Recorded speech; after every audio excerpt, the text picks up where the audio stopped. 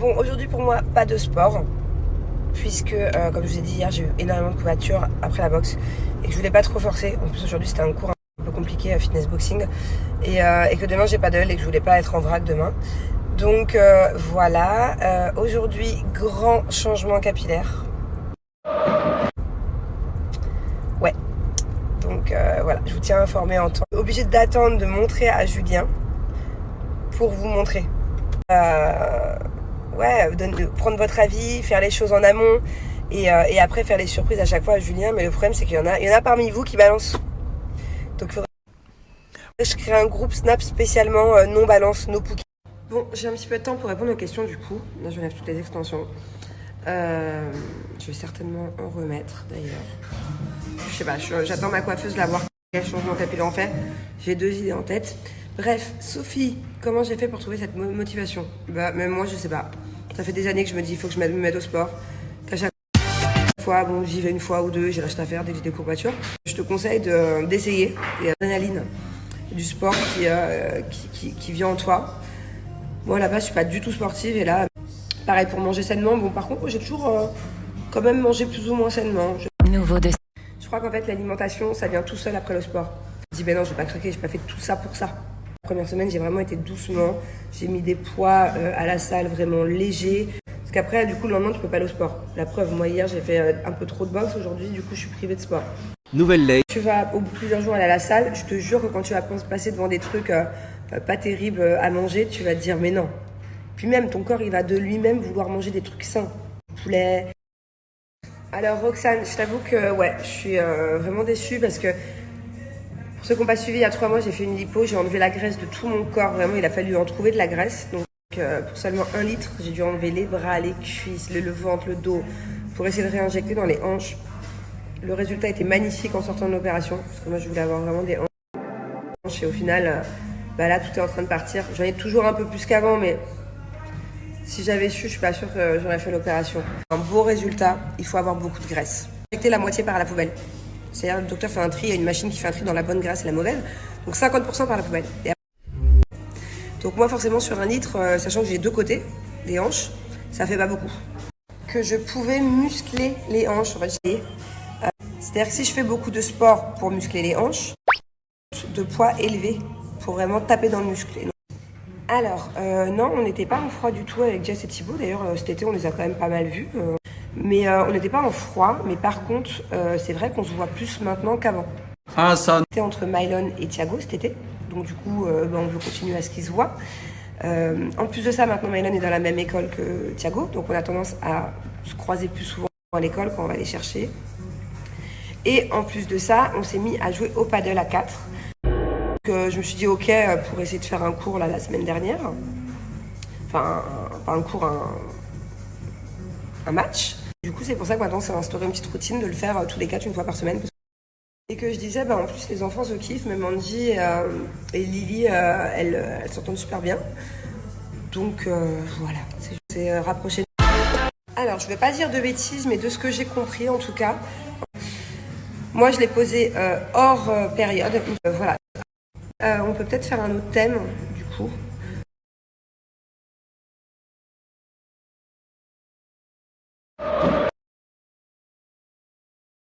Bon, alors je vous explique. Je crois que Julien n'est vraiment pas près de ma couleur de cheveux. Donc je vais rentrer discrètement à la maison. Il sait que j'ai fait quelque chose, mais il sait pas quoi. Hop.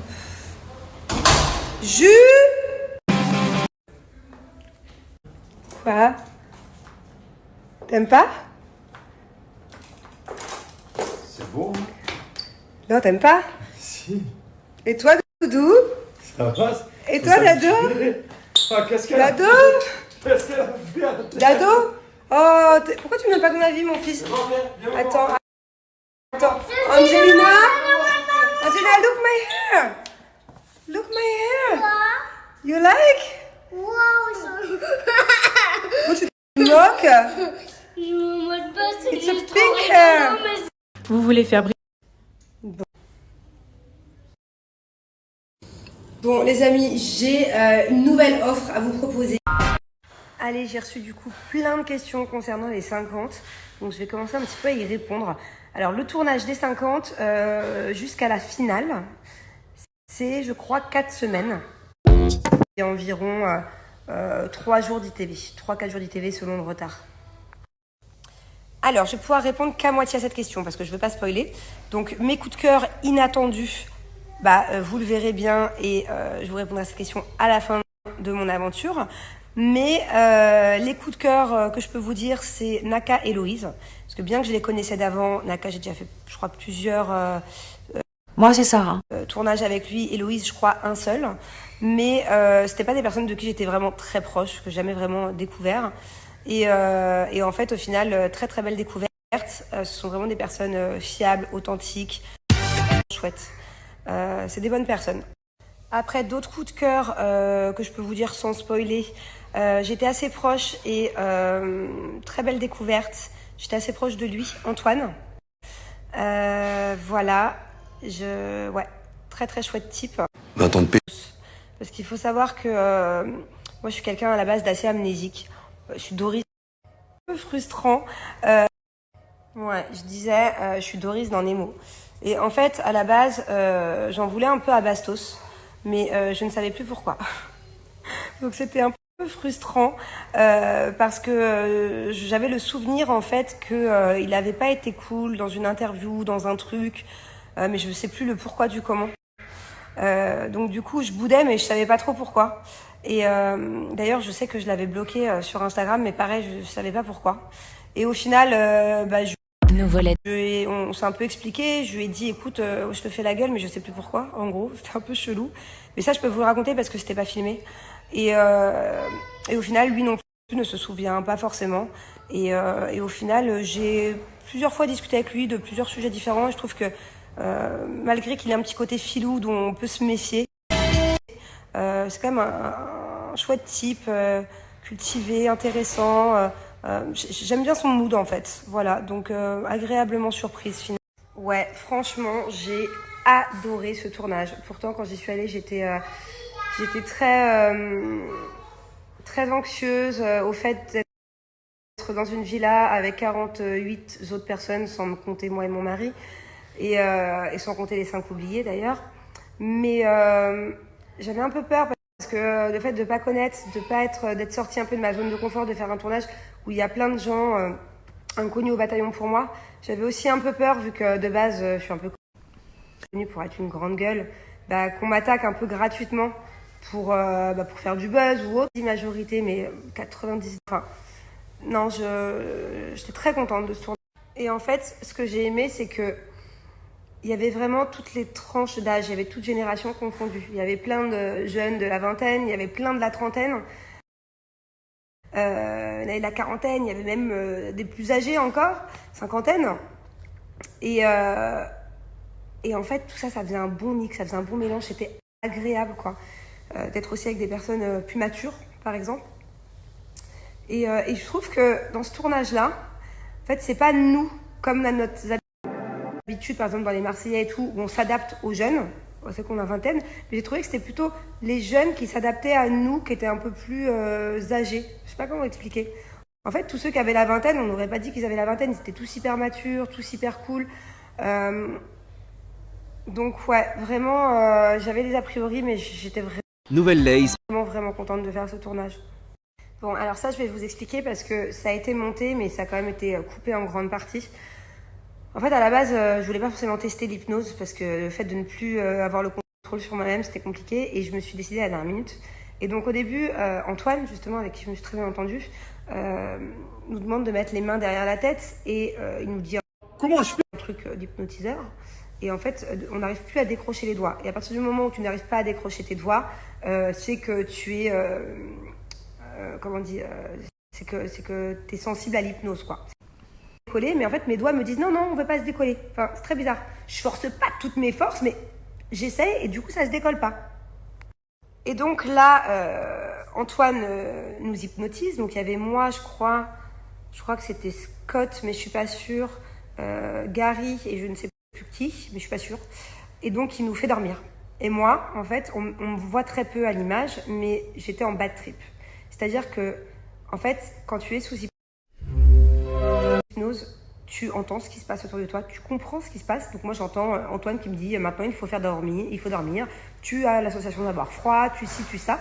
Et donc je sais que je suis hypnotisée, donc je sais que je suis en train d'être hypnotisée, que je ne peux donc pas ouvrir les yeux, que je suis en train dans un faux sommeil. Je me rends compte que les gens rigolent autour de moi, tout ça. Et en fait le fait de ne pas contrôler Une cyberattaque. mon corps, j'ai fait une crise de panique. Donc on ne voit pas à l'image, mais au début j'essaie de respirer et je me dis calme-toi, tu ne peux pas ouvrir les yeux, mais c'est pas grave, t'es sous hypnose, en gros tu n'as plus le contrôle, c'est pas grave. Et en fait je panique. Et le fait de paniquer, je fais une crise d'angoisse, du coup il m'a vite réveillée. Et en me réveillant, du coup je pleurais quoi. J'étais en crise d'angoisse Ouais, c'est quand même un tournage fatigant. Parce que en fait c'est un rythme vachement soutenu. C'est-à-dire que bon, certes il y a la vie au château, mais du coup l'après-midi il y a l'épreuve dans l'arène. Après il y a les éliminations. Après du coup il y a les départs. Donc qui dit départ dit tristesse ou bien colère ou bien frustration ou problème. Sauf quand le lion à n'importe quel moment il nous fait des surprises. Mais ouais, c'est pas de tout repos, mais c'est hyper kiffant. En fait, je sais pas comment vous expliquer. En gros, ce que j'essaie de vous faire comprendre, c'est que tu vois quand même pas le temps passer et que t'es à fond dedans. Moi, par exemple, quand je fais les Marseillais ou le cross, j'ai le temps de penser à mes enfants. J'ai le temps d'être triste et d'avoir des coups de mou par rapport à mes enfants. Pareil quand je les appelle tous les jours.